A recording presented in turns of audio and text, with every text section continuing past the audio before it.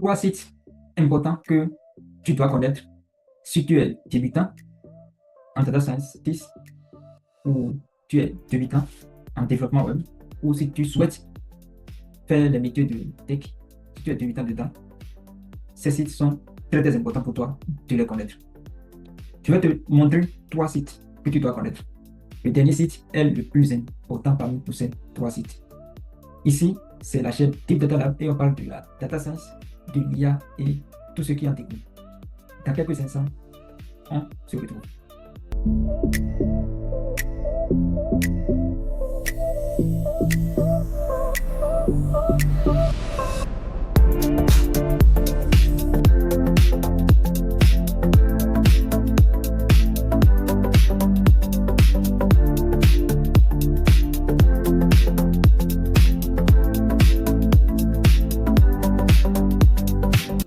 Bienvenue sur la chaîne Deep Data Lab, la chaîne sur laquelle nous partageons des informations liées à l'intelligence artificielle, à la data science et en général au métier de tech.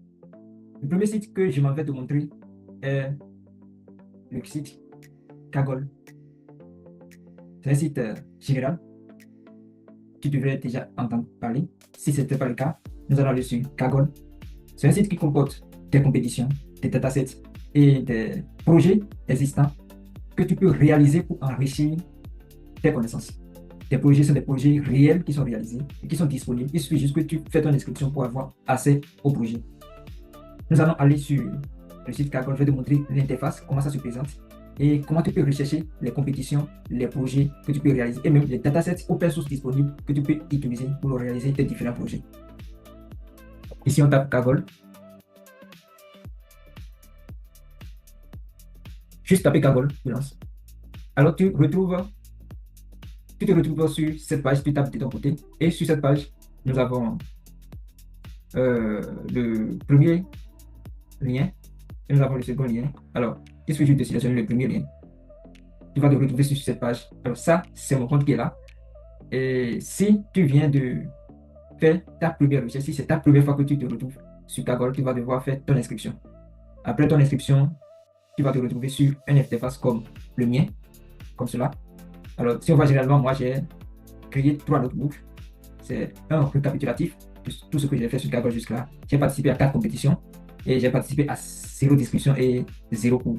Alors, comme vous le voyez, il y a aussi des cours qui sont disponibles sur Kaggle que vous pouvez prendre, comme Learn to Compete on Kaggle, Take a Short Course, or Browse, Exploring Data and the Code. Ce sont des cours que vous pouvez prendre pour en savoir plus sur comment participer aux compétitions et tout, comment utiliser Kaggle de manière efficace. Ce sont des cours très, très importants. N'hésitez pas à les prendre et à en savoir plus. Alors, si vous descendez directement, on a les challenges qui sont là. Il y a la possibilité de joindre des challenges et aussi les délais qui sont impartis pour pouvoir finir ces challenges. Et ici, nous avons le premier challenge qui est à 80 000 $. Alors, les 80 000 $, ce sont souvent des prix globaux. Donc, ces prix seront répartis, soit en 3 catégories, soit en 4, soit en 5, ça dépend. Mais parfois, c'est les 3 premiers qui sont pris, parfois c'est les 5 premiers qui sont pris. Mais ces prix en général peuvent être répartis en plusieurs catégories. Donc, n'hésitez surtout pas à cliquer sur ces compétitions et à voir comment les prix sont répartis. Parfois, il y a des compétitions liées à l'intelligence artificielle que j'ai eu même à participer, qu'il suffit juste de créer un notebook, d'essayer de faire quelque chose et tu soumets. Et ceux qui participent à ces vagues, selon ta performance, tu peux avoir quelques récompenses. Alors, un point clé sur lequel je voudrais bien attirer ton attention, Kaggle de base est une plateforme. Donc, il y a des règles que vous devez suivre. Avant de participer à une compétition, vous devez lire très attentivement avant d'accepter les règles. Parfois, il y a des règles il y a des restrictions, je veux dire, aux pays qui vont participer. Alors, je ne vais pas rentrer en détail sur ça, mais prenez le temps de lire l'intégralité des conditions avant d'accepter et avant de participer aux compétitions.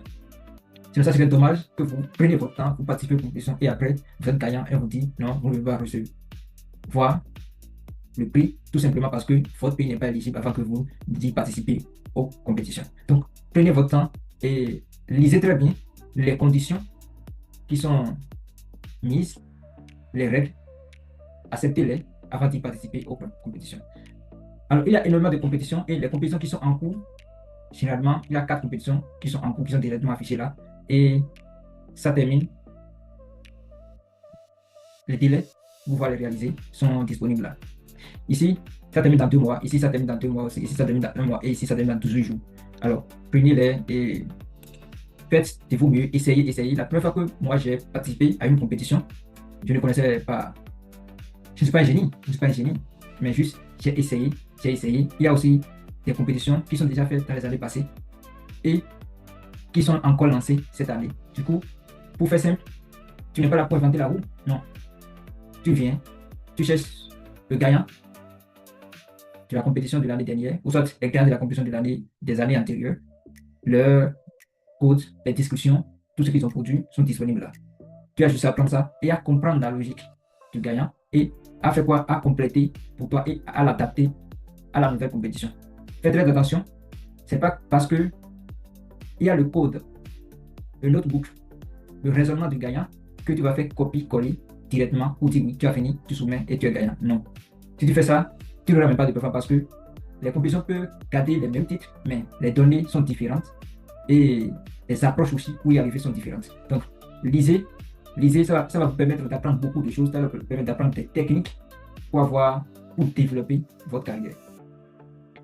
Alors, il y a l'overview qui contient généralement l'objectif du projet et ce qui est attendu que vous devez soumettre, tout et tout.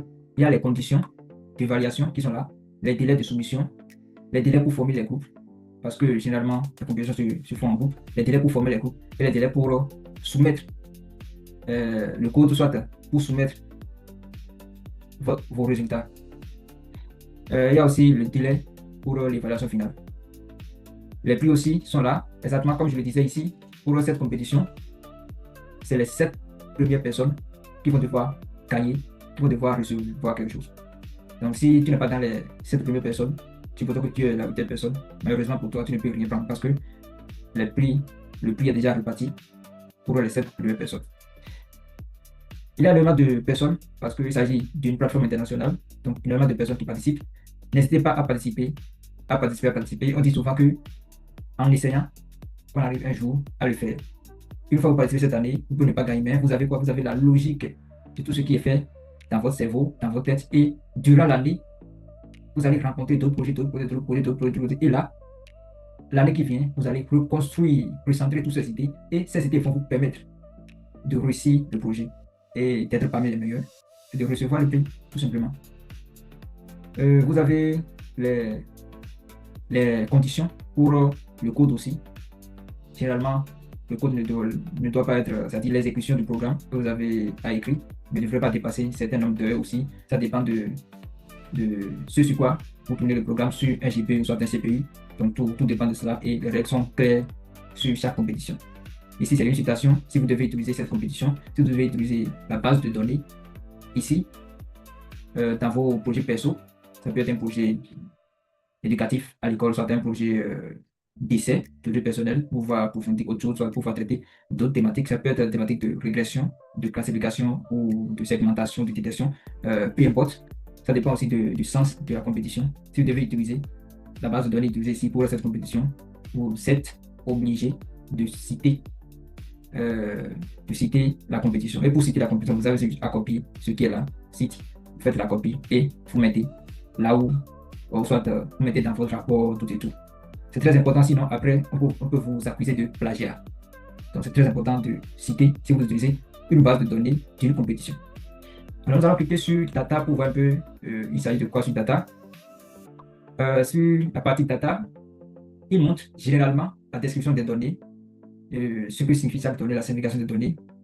Et en tant qu'un bon data scientist ou en tant qu'un bon développeur ou en tant qu'un bon data analyst ou en tant qu'un bon machine learning ingénieur, tout commence par data. Garbage in, garbage out. Donc, les données sont bien décrites, vous savez en quoi consistent les données, et là, ça vous permettre de bien construire la base de votre projet et de bien faire les étapes de processing jusqu'au modeling, ça dépend de l'objectif. On va soumettre vos résultats à la fin. Il y a les données aussi, un template.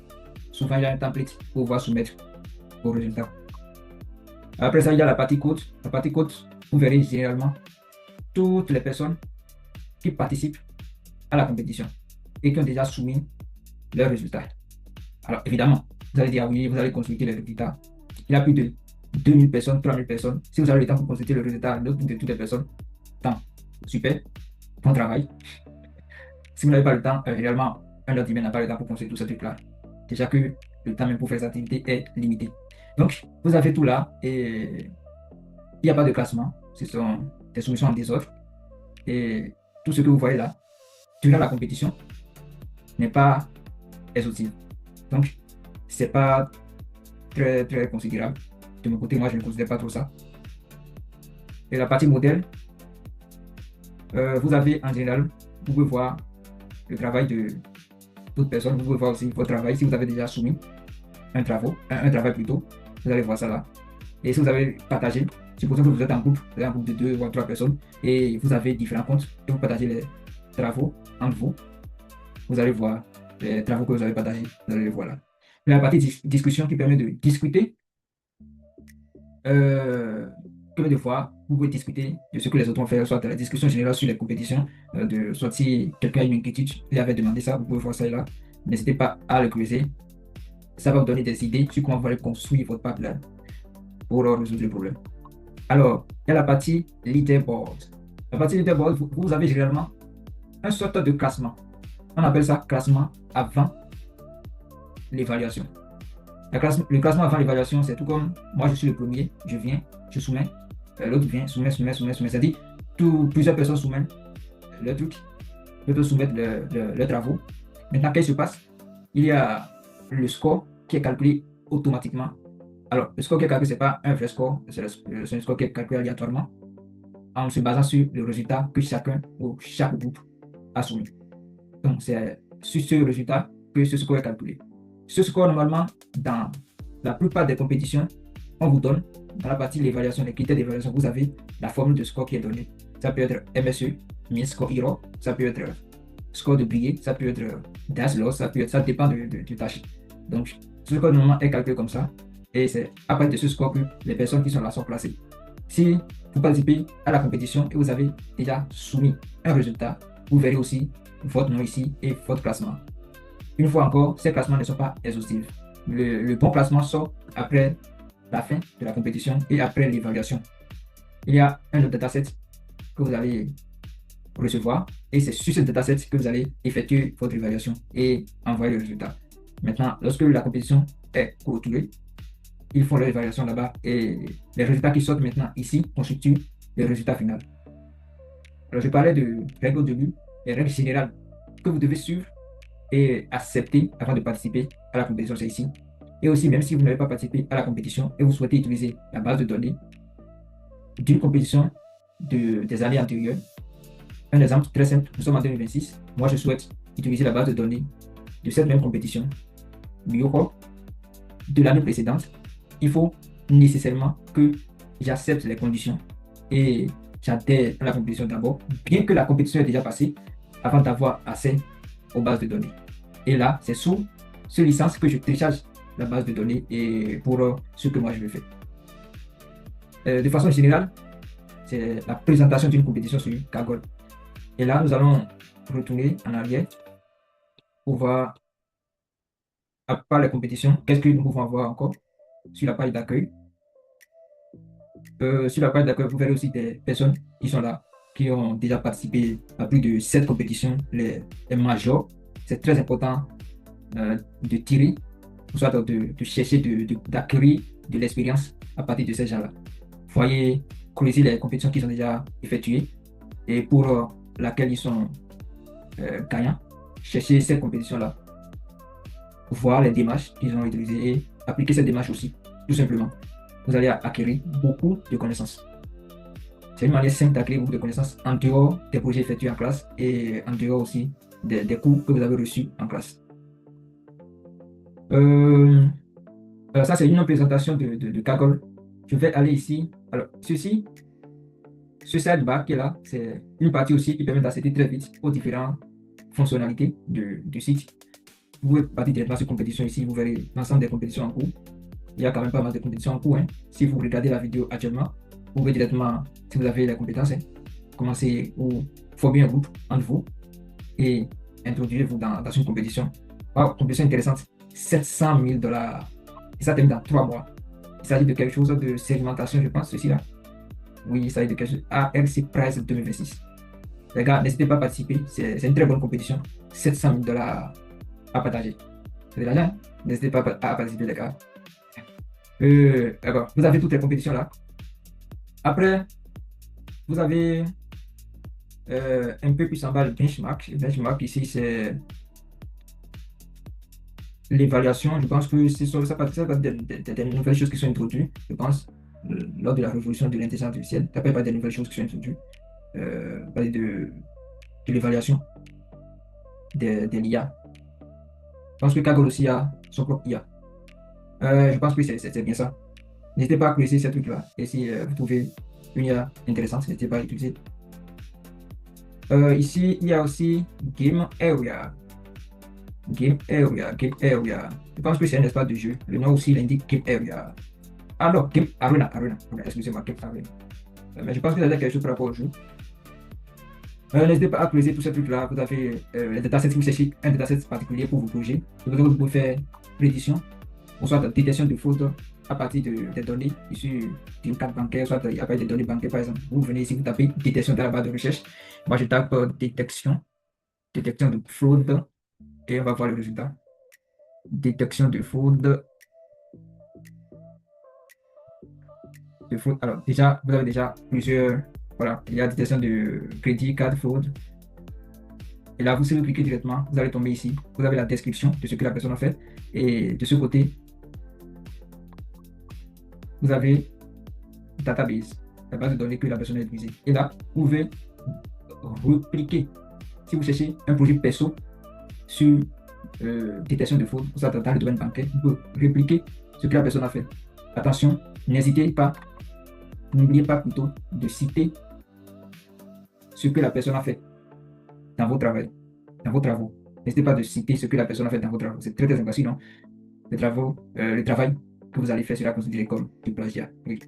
Vous allez vu quelque chose, vous avez copié et c'est banni. C'est sévèrement même puni. Alors n'hésitez pas à citer la personne et à apporter vos modifications. Il est aussi interdit de copier exactement ce que la personne a fait sans porter ses propres modifications. Donc faites attention à ça, les gars. Prenez, tirez des informations de là, consultez vos projets et faites-les pour avoir plus de compétences dans différentes branches que vous souhaiterez emprunter. Modèle, il y a des modèles aussi, c'est des modèles de fondation, des modèles propriétaires aussi. N'hésitez pas à les voir de tout. Et là, ça serait à peu près un résumé sur ce que nous pouvons dire sur Kaggle. Il y a aussi des hackathons, voilà, j'ai vu ça en temps. Il y a aussi des hackathons, j'ai vu ça sur ça. Des hackathons qui sont organisés. Donc n'hésitez pas à creuser et à participer aux hackathons. Ça vous rend plus rapide, plus puissant dans votre domaine. Alors c'est une des plateformes les plus intéressantes que moi j'ai utilisées dans mes travaux. Donc n'hésitez pas à l'utiliser et à voir un peu de quoi il s'agit. Les compétitions, n'hésitez pas à participer. C'est un bon moyen de se faire de l'argent à côté. Même si vous êtes étudiant encore, c'est un bon moyen pour vous de participer aux compétitions, de comprendre beaucoup de choses et en même temps, si vous êtes gagnant, vous gagnez des sous. Alors, la seconde plateforme que je vais vous montrer va être directement une plateforme complémentaire à Kaggle qui est Hugging Face. Hugging Face, pour aller sur Hugging Face, vous tapez Hugging Face dans la barre de recherche. Alors, vous tapez Hugging Face, vous lancez. Hugging Face, alors, il y a plusieurs liens qui vont s'afficher. Vous prenez ce que vous voulez, soit le premier ou soit le second. Peu importe, vous allez tomber sur Hugging Face. Moi, je clique sur le premier et là, vous avez l'interface de Hugging Face. Et si vous venez de vous connecter pour la première fois, il va falloir que vous fassiez une inscription de la même façon que Kaggle. Ici, moi, je me suis déjà inscrit, c'est mon compte qui est là. Et généralement, vous allez voir l'interface comme ça. Et en haut, vous avez les modèles qui sont là. Il y a le dataset, il y a Space, il y a Bucket, il y a Doc et il y a Price. Alors, une information très importante, c'est que Hugging Face, moi je trouve ça comme une plateforme un peu complète Pourquoi je dis une plateforme un peu comme parce que vous avez les modèles qui sont là.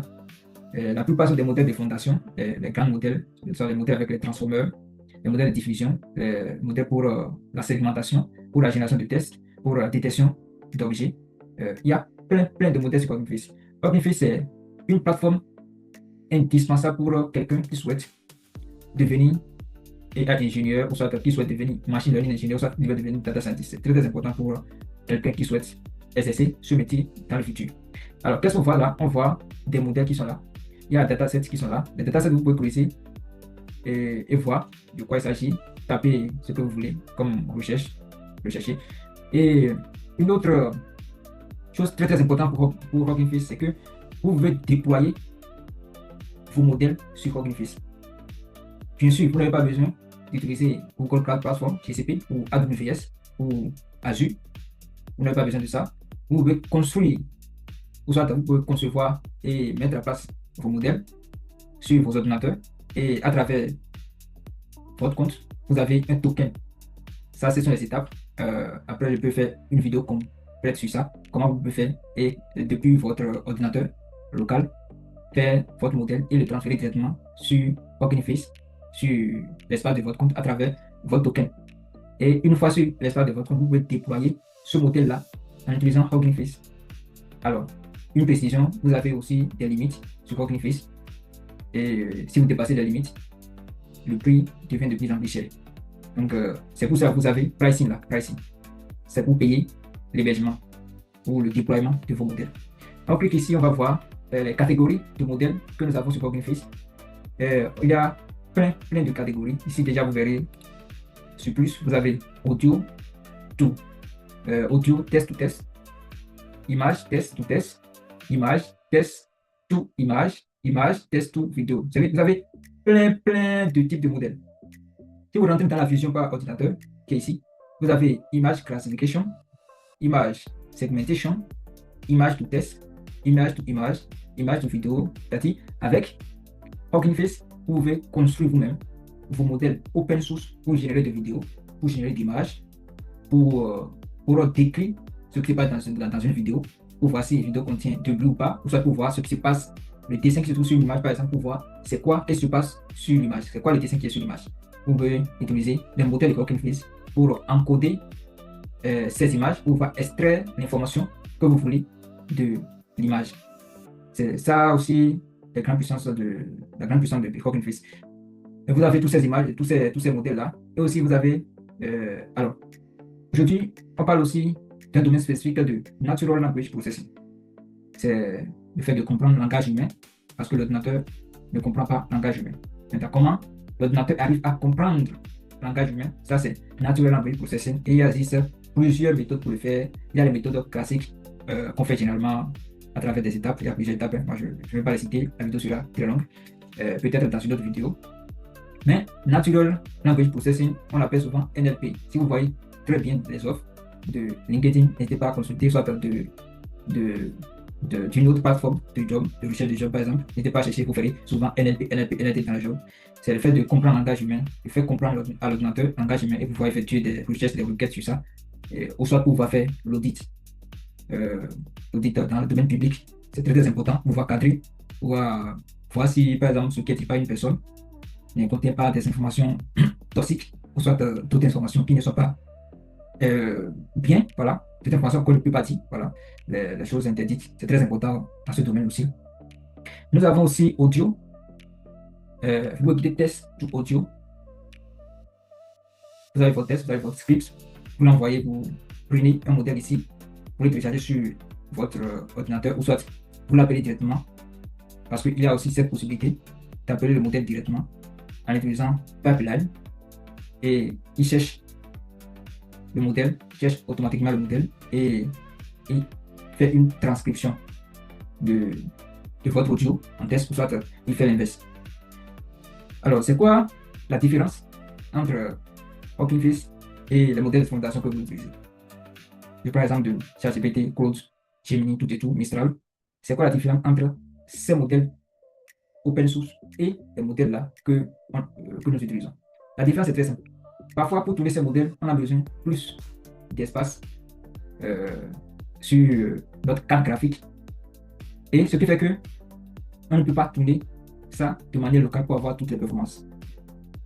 Par contre, ces entreprises, ces grosses boîtes, qu'est-ce qu'ils font? Eux, ils ont des instruments sophistiqués pour pouvoir tourner ces modèles-là. Maintenant, nous, on n'a pas besoin de tourner, on a juste qu'à utiliser l'API que proposent ces grosses boîtes, telles que OpenAI, Claude, de tout, pour directement utiliser le modèle qu'ils sont en train de tourner depuis leurs instruments, depuis la GPU. Donc, c'est un peu ça la différence entre ce qui se trouve ici en open source qu'on voit, qui est très accessible, qu'on peut télécharger, et ce que proposent les grosses boîtes, qu'on paye si on veut utiliser l'API. Alors, par rapport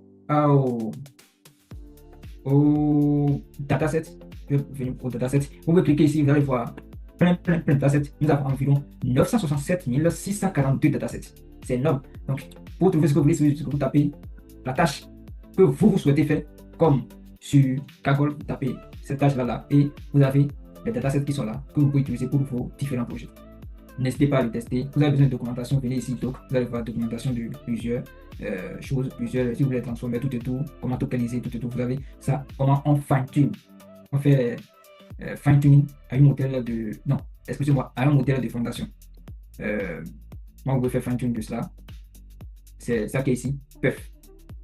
Vous cliquez, vous allez voir comment faire quantification et comment vous pouvez fine-tuner ce modèle-là adapté à vos différentes tâches. Vous avez plusieurs interfaces sur lesquelles vous pouvez faire le déploiement. Voilà, l'interface graphique que vous pouvez utiliser. Vous avez Chat-UI, vous pouvez utiliser Gradio, vous pouvez utiliser d'autres que vous connaissez. Hein. Il y a Streamlit qui est là, vous pouvez utiliser pour une tâche. Vous avez Shiny pour ce qui est FR. Donc, n'hésitez pas à s'en servir et cultivez-vous. Super bien, c'est une bonne plateforme qui est là. Pour déployer, souvent vous avez besoin d'un bucket pour déployer. Pour faire déploiement sur Google Cloud, par exemple, vous avez besoin de le mettre, de le tokeniser, soit d'utiliser Kubernetes. Voilà, vous pouvez utiliser ça. Et là, vous avez besoin de plus de technologie. Et parfois, il faut apprendre ces technologies. N'hésitez pas aussi à cultiver ces trucs-là. Ça fait partie de MLOps, Machine Learning Operational. Vous pouvez aller sur votre profil. Et sur votre profil, ça c'est mon profil, hein, ça c'est mon profil. Et ça, vous voyez les modèles que moi j'ai eu à déjà fait, c'est ça qui est là. Et les datasets aussi que j'ai eu à envoyer sur CognFace, c'est là. Vous avez la possibilité de mettre ces datasets privés ou publics, peu importe. Vous avez la possibilité aussi, plutôt de suivre des gens pour voir les informations de leur part. N'hésitez surtout pas à creuser. Nous allons parler de la dernière plateforme. Et la dernière plateforme, ça constitue généralement un portfolio pour vous. Et c'est très important si vous souhaitez continuer en tant que data scientist ou data analyst, c'est très important pour vous d'avoir comme sur cette plateforme. Et plusieurs personnes le connaissent déjà, il s'agit de GitHub. Alors GitHub c'est de base un outil de version, c'est-à-dire qu'il permet de gérer les versions de code.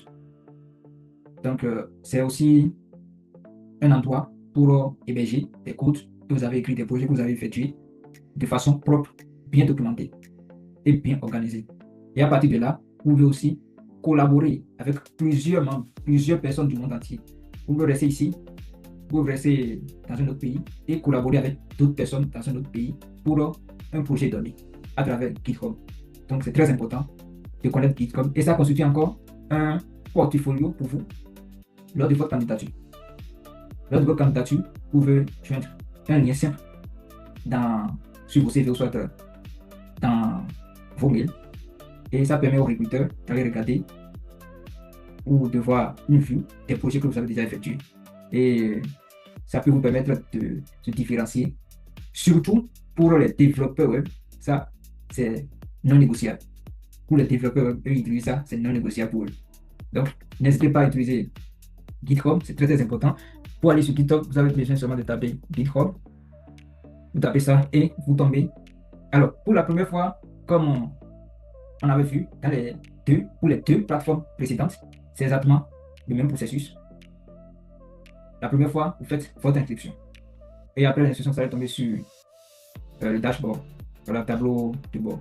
Alors moi, je suis sur mon compte, vous allez tomber sur dashboard, quelque chose du genre, par exemple, vous allez tomber là. Et là, ça c'est mon compte, hein, je ne vais pas tout tarder sur ça. Vous verrez ici l'ensemble des activités que vous avez effectuées. Ça, c'est l'ensemble des activités que moi j'ai effectuées sur le compte. Et là, vous verrez les repositories, les répertoires de l'ensemble des projets que vous avez effectués. Vous avez la possibilité de mettre vos projets publics ou privés. peu importe l'ouvrir, mais vous avez cette possibilité. Vous avez aussi, si vous cliquez ici, vous avez l'ensemble des répertoires et les fréquences. Si c'est pour dire la fréquence de téléchargement. Bon, en termes techniques, on parle de clonage. Voilà, cloner un répertoire. Vous avez les fréquences qui sont là. Donc, n'hésitez pas à utiliser et ajoutez seulement un lien lors de vos candidatures. Le recruteur verra l'ensemble des projets que vous avez effectués, ainsi de suite. Ça constitue un bon portfolio pour vous, pour vos développements. Et ça serait tout pour les trois plateformes indispensables que je souhaite partager avec vous. Et si vous êtes nouveau, si vous m'avez suivi jusque-là, n'hésitez pas à vous abonner à la chaîne Type Datalab. Et ensemble, nous allons construire une communauté. Nous allons développer beaucoup de choses dans les prochaines vidéos par rapport à l'intelligence artificielle. Comment on peut utiliser les API issus de OpenAI, et Gemini, et bon, Google, Claude, tout et tout. Comment vous pouvez utiliser ces API-là. Comment vous pouvez mettre en place votre agent IA pour communiquer avec différents pays. Comment vous pouvez synchroniser, orchestrer tous ces agents pour que chacun effectue les tâches. Comment vous pouvez contrôler la performance des résultats qui sortent parce que vous avez potentiellement déjà entendu ça que l'IA hallucine beaucoup. Comment vous pouvez contrôler ça dans les vidéos prochaines, nous allons en parler de cela. Et vous-même, vous serez capable de créer vos pipelines, de mettre en place vos agents IA, de mettre en place les nouvelles technologies, les nouvelles techniques telles que RAG, Retrieval Augmented Generation. Vous allez comprendre ça. Et aussi, il y a CAG, il y a toutes ces techniques-là qu'on va essayer de faire, de vous montrer de A à Z sur cette chaîne. N'hésitez pas à vous abonner et à activer la cloche de notification pour les prochaines vidéos. Allez, salut!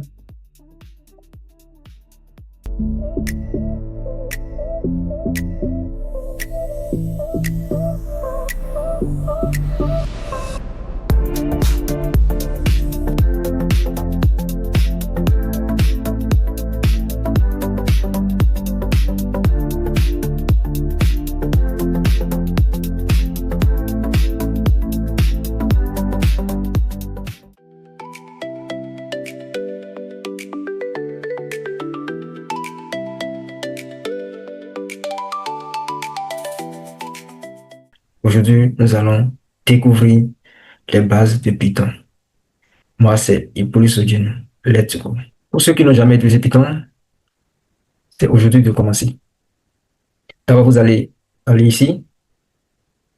Pour ceux qui n'ont pas encore regardé ma première vidéo sur l'installation des distributions de dépendances de Python, où on va utiliser Python directement, n'hésitez pas à aller regarder la première vidéo. Toutes les étapes sont détaillées là, le lien nécessaire, le lien important pour pouvoir télécharger les bons setups pour pouvoir installer, pour pouvoir commencer votre programmation Python. Tout est disponible là-bas. Ici, vous allez dans la barre de recherche comme ça. Alors, je vais recommencer. Vous allez ici, en bas, vous tapez comme ça, dans la barre de recherche, et vous tapez Anaconda. Anaconda. Déjà, après vous avez Anaconda, vous verrez Anaconda Pro. Si vous avez installé Anaconda sur votre PC, dans la vidéo que j'avais fait précédemment, j'avais parlé de ça. Pour ceux qui souhaitent utiliser Anaconda, si vous avez déjà installé Anaconda sur votre PC, vous tapez Anaconda dans la barre de recherche là, et puis vous cliquez sur Anaconda Pro ici, et vous aurez une interface de cette forme, une ligne de commande. Et puis ici, vous allez écrire Jupyter Lab. Jupyter Lab. Et puis, vous allez lancer. En attendant qu'il commence son travail, je vais montrer pour ceux qui utilisent VS Code.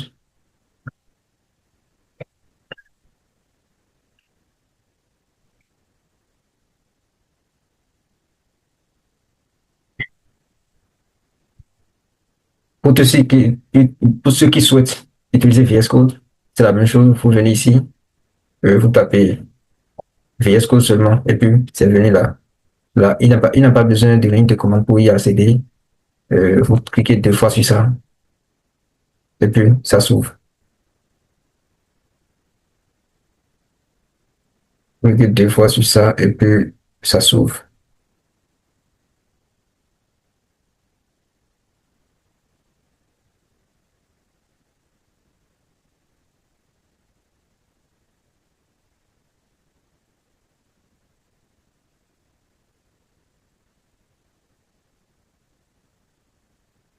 Donc, c'est un peu ça. Pour ceux qui souhaitent utiliser VS Code, vous allez vous retrouver sur cette interface-là et vous pouvez créer un fichier .py en cliquant en haut ici. Il vous donne la main de donner le nom à votre fichier. Vous donnez, moi je donne main.py. Et directement, il y a le logo de Python qui est directement affiché à côté. Et vous lancez, vous vous retrouvez directement dans le document, dans le fichier .py.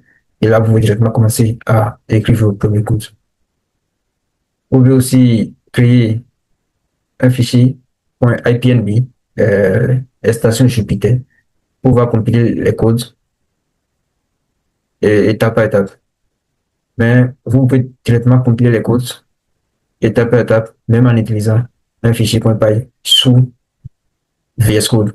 Quand vous allez faire, vous venez ici, vous cliquez sur dièse, étoile, étoile. Dièse, étoile, étoile, vous créez une session pour pouvoir compiler votre code directement. Donc, avec ça, vous pouvez directement compiler 2 plus 2. Par exemple, vous cliquez, vous venez ici. Et puis, attention, j'ai oublié, pour ceux qui souhaitent utiliser VS Code, vous aurez besoin de sélectionner le kernel, le noyau, avant de compiler, sinon ça recommence. Vous allez lancer la compilation, il vous sera demandé de sélectionner le kernel. Donc, n'oubliez pas de sélectionner euh, Jupyter, non pas Jupyter, n'oubliez pas de sélectionner la base. Il y a Conda général, il y a environnement de base. Il faut sélectionner l'environnement de base de Anaconda. Pour sélectionner, moi, je vais aller ici. Pour la première fois, il vous sera demandé quelque chose du genre. Maintenant, vous venez ici, sélectionnez, vous cliquez sur environnement Python et vous allez trouver plusieurs environnements comme ça à sélectionner. Moi, il vous conseille de sélectionner la base qui est là, comme dans Env. Ça, c'est un environnement pour Anaconda. Ça contient déjà Python pour exécuter votre code et plein de packages déjà installés dans l'environnement pour pouvoir exécuter votre code. Je vous déconseille de sélectionner l'environnement global ici, qui est l'environnement de Python général. Je vous conseille de sélectionner ça. Je vous déconseille de sélectionner ça plutôt. Il faut sélectionner l'environnement de base là, pour pouvoir compiler votre code. Moi, je ne vais pas rester sur Jupyter, sur VS Code, je vais aller sur Jupyter là. Je vais partager mon écran pour Jupyter là.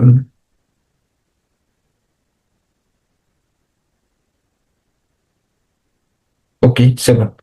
Alors ici, nous sommes sur Jupyter Lab.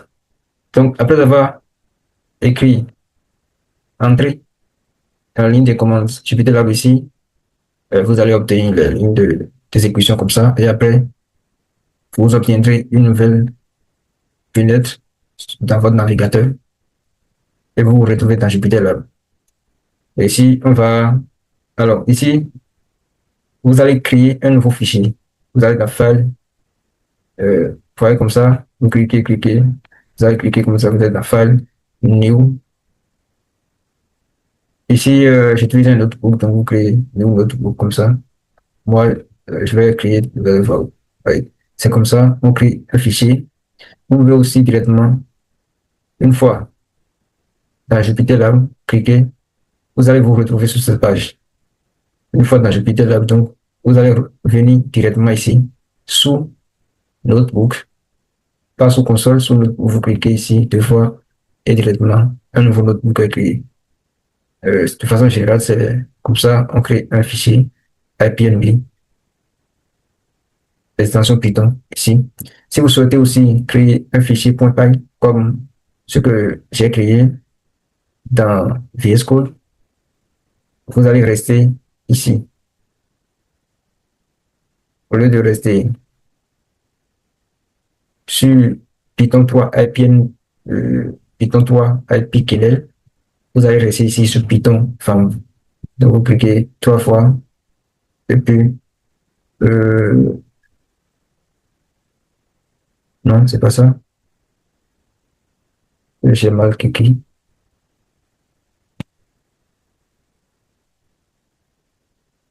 Vous venez ici, Python file, et puis vous avez un fichier .pal dans lequel vous pouvez coder.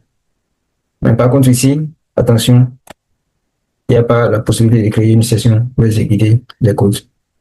Le fait de mettre dièse étoile étoile pour pouvoir accéder à une nouvelle session, pour pouvoir compiler les codes indépendamment, étape par étape, ce n'est que particulier faisable sur VS Code. Moi, je vais supprimer ça parce que je n'en ai plus besoin. Et ici, nous allons commencer avec les notions de base de Python. Je vous souhaite la bienvenue encore. De base, nous allons faire calcul simple, comme ce que nous faisons depuis bas âge. On peut faire avec Python 3 plus 3 avec l'environnement de Python. Vous pouvez compiler 3 plus 3. Et avec ça, je vais exécuter. Vous verrez le résultat. Pour l'exécuter, il suffit de vous cliquer sur la cellule.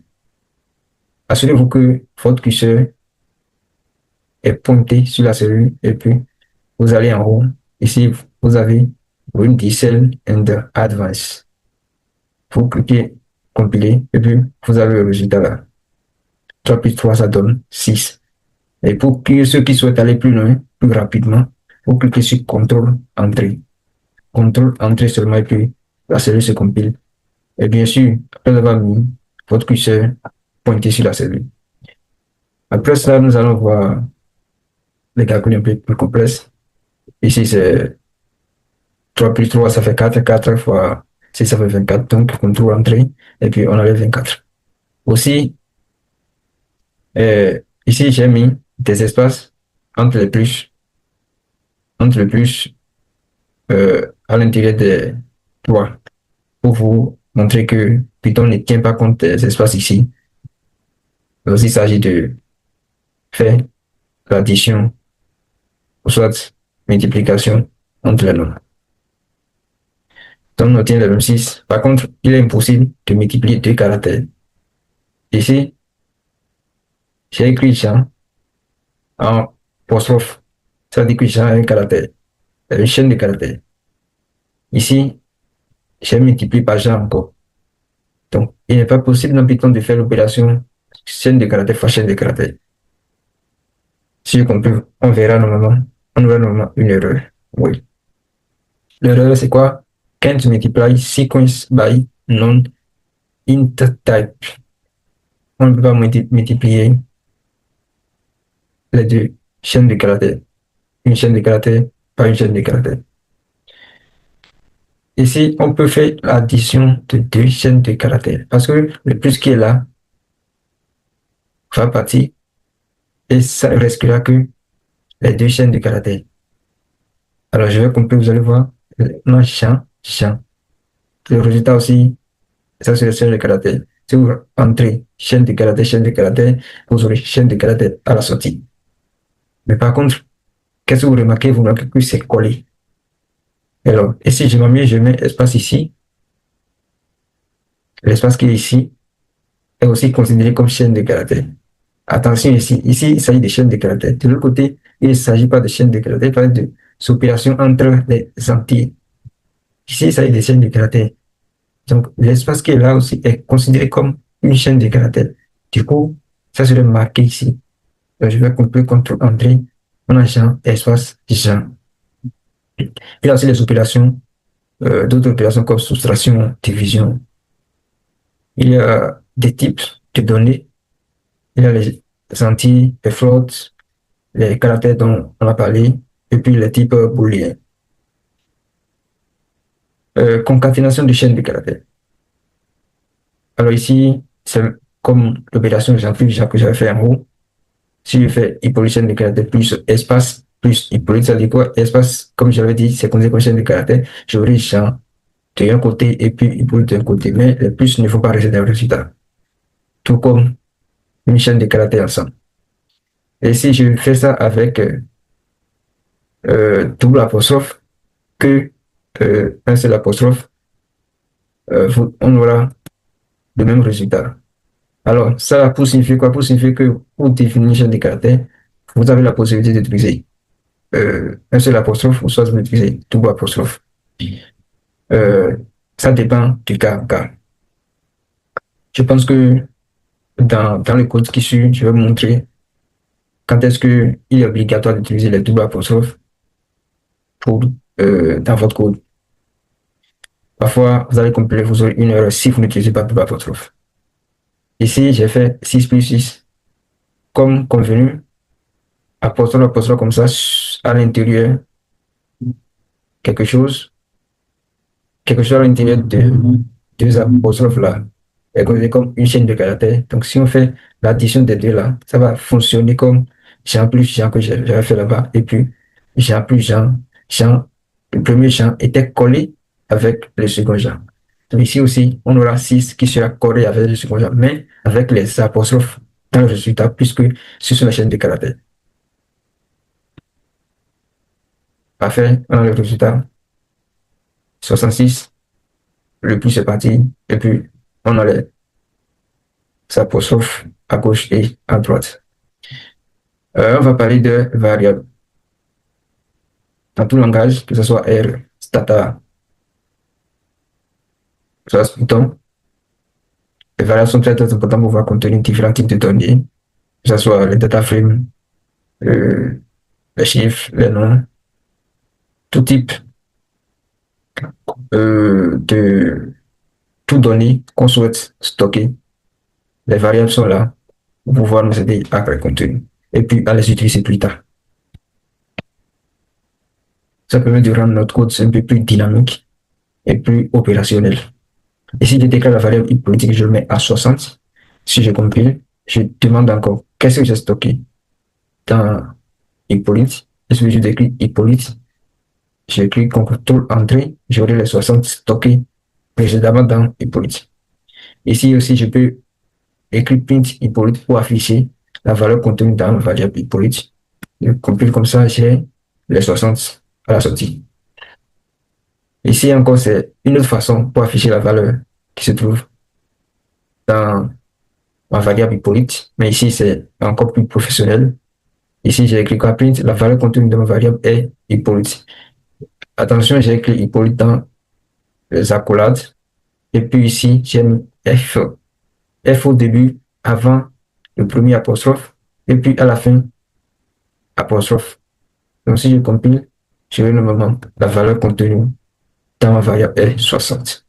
F, c'est pour dire que ceci qui est là, c'est-à-dire tout ce qui va se retrouver dans accolade, dans les chaînes de caractères, c'est-à-dire dans la phrase qui suit, tout ce qui va se retrouver dans accolade est comme une variable. C'est ce que dit le F. Donc, il a cherché la valeur contenue dans cette variable-là. J'ai déclaré aussi Jean et je l'ai assigné une valeur de 45. Donc, Jean maintenant une variable. Donc, Jean plus Hippolyte qui est là. C'est plus chaîne de caractères parce que je l'ai déjà assigné, je l'ai déjà déclaré comme une variable et je l'ai déjà donné des valeurs. Jean contient 45, Hippolyte contient 60. Donc, si je fais Jean plus Hippolyte, Hippolyte plus Jean, j'aurai 60 plus 45. Si je compris, j'aurai normalement 105 comme résultat. Alors, ça, c'est une variable. Nous allons voir le type de variable. Alors, il y a plusieurs types de variables. Il y a le type int pour dire entier. Il y a le type float pour dire décimal. Et puis, il y a le type booléen.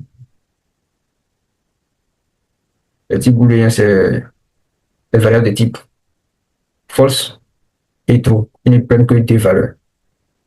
Et il y a les caractères qui sont déclarés par les apostrophes 2 ou soit 1 au début et à la fin, qui indiquent que c'est une chaîne de caractères. Je vais compiler. Alors, en Python, vous avez la possibilité de connaître les types de quelque chose. Et puisque nous avons une variable ici, nous avons la possibilité de connaître le type de cette variable.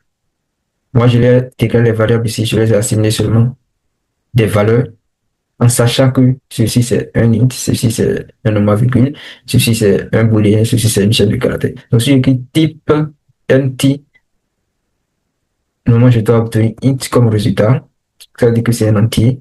Ici, type fl, je dois obtenir float. Et ici, type bo, ou de booléen, je dois obtenir bool, ça veut dire que ceci c'est une variable booléenne plutôt. Ici, ici type st, je dois obtenir st pour dire que c'est une chaîne de caractères. Alors, souvenez-vous, j'ai déclaré genre ici, je vais assigner variable 45. On sait que 45 c'est un entier. Donc, si je fais type genre, normalement je dois trouver int. C'est ça que j'ai fait ici, type genre, je compile, j'ai les int comme résultat. Ici, c'est un petit programme qui dit print hello, welcome, my first programme. Et puis ici, j'ai mis name, je le égal input, what, si je l'ai.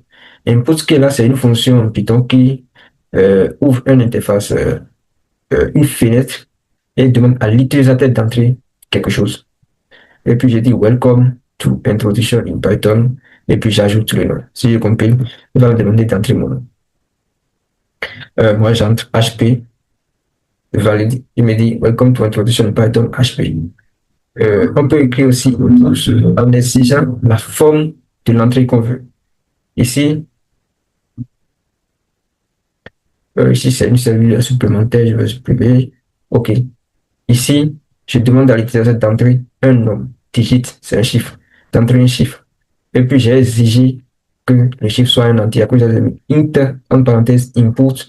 Et puis, le message que je devrais mettre, c'est affiché à l'écran pour l'utilisateur. Je l'ai mis en parenthèse de la fonction input.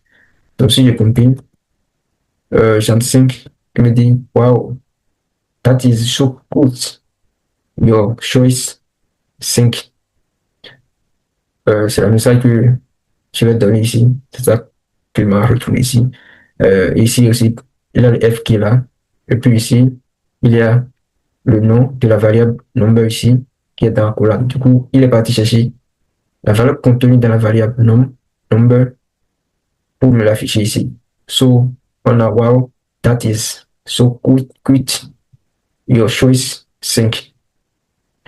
Il y a aussi d'autres opérations qu'on peut faire avec les opérateurs de comparaison. On peut comparer égalité, égalité pour dire, vérifier si telle chose est égale à telle chose. On peut dire à Python de vérifier si telle chose. Attention, ici, c'est pas vérifier telle chose égale à telle chose, mais telle chose égale à telle chose. Le fait d'écrire égal, c'est une assignation, mais le fait d'écrire égal, ça veut dire une égalité en réalité.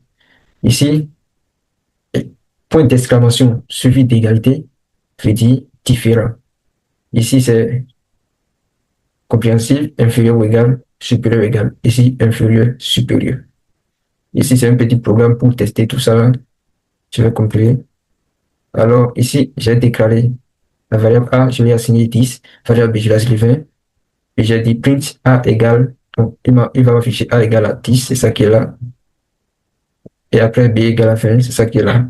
Maintenant, pour le garder, il dit print A égale. Et puis ici, il me dit A égale à ceci. C'est quoi? A contient la valeur 10. B contient la valeur 20. Maintenant, je lui ai dit A égale à B. Deux points. Vérifie-moi si A est égal à B. Ce qui est faux parce que 10 est différent de 20. Et pour cela, il me retourne un booléen qui est fausse, qui est là. C'est pas vrai. Maintenant, vérifie-moi A différent de B. Il me dit oui, true. Ici, vérifie-moi A inférieur à B, ce qui est vrai parce que 10 est inférieur à 20. Il me retourne vrai, true, A supérieur à B, ce qui veut dire 10 est supérieur ou égal à 20, ce qui est faux. A inférieur à B, vrai, et puis A supérieur à B, faux. Ce sont les opérateurs très importants, surtout si on rentre dans les boucles, que ce soit boucle while, que ce soit boucle for. Ce sont des opérateurs très importants à utiliser pour pouvoir limiter le nombre d'itérations qu'on aura à faire, qu'on aura implémenté dans notre programme. Et aussi, c'est des opérateurs qui sont très, très utiles dans les if clause et puis les wish case.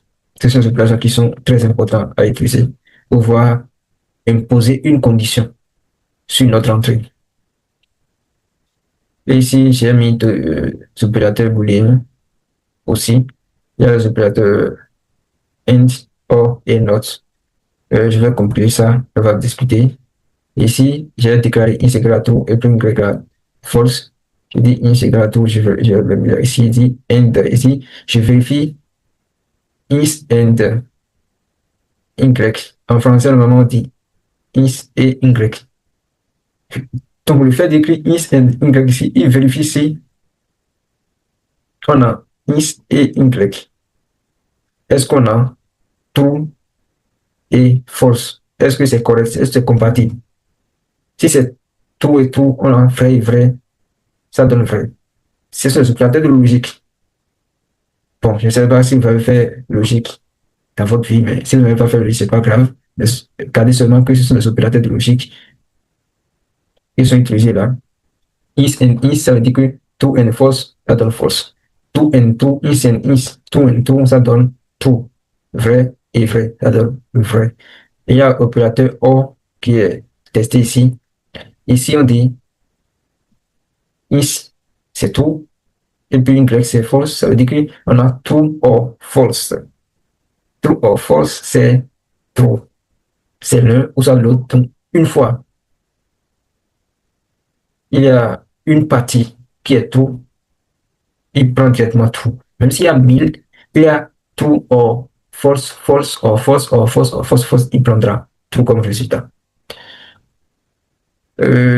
Ici, c'est false or false, ça prendra false. Y, c'est false qui est dedans, donc on écrit Y or Y, ça veut dire Y, false or false, ça prendra false. Et puis il y a l'opération not qui est la négation de base, en anglais, la négation. Ici, je dis not is, ça veut dire que non is. Non is, puisque is a déjà une valeur booléenne qui est true, not is va donner une négation à tout. Une négation à tout. Si c'est pas vrai, c'est faux. C'est ça. Une négation à tout, c'est false. Donc, le résultat ici, ça serait false. Not is false. Et encore not y, puisque y a une valeur booléenne qui est false. Si c'est pas faux, c'est vrai. Donc, not false, ça serait non faux, c'est quoi? C'est vrai. Ici, il prend la valeur tout. Et puis, enfin, si vous avez bien suivi tout ce que j'ai dit jusqu'à là, un petit exercice ici pour vous entraîner en utilisant tout le programme que j'ai écrit jusque-là. Vous pouvez déjà écrire un programme qui demande à l'utilisateur d'entrer sa note suivante. Le programme doit ensuite afficher quoi? Échec si la note est strictement inférieure à 10. Passable si la note est entre 10 et 12. Inclus, ça veut dire que inclus veut dire que vous allez mettre inférieur ou égal à la fin. Et assez bien si la note est comprise entre 13 et 14. Inclus, ça veut dire qu'au niveau de la bande de 14, vous aurez inférieur ou égal. Et bien si la note est comprise entre 15 et 16. Inclus 16 et c'est inclus. Donc, au niveau de 16, vous aurez inférieur ou égal. Très bien si la note est supérieure ou égale à 17. Du coup, c'est un petit exercice. N'hésitez pas à le faire et à copier le programme dans les commentaires. Je vous laisserai le lien de ce notebook dans la description. Vous pouvez essayer tout ce qui est ici si vous utilisez VS Code sur votre PC. Donc, ça serait tout pour cette introduction à Python. Je vous dis à très bientôt pour la prochaine vidéo. Ciao.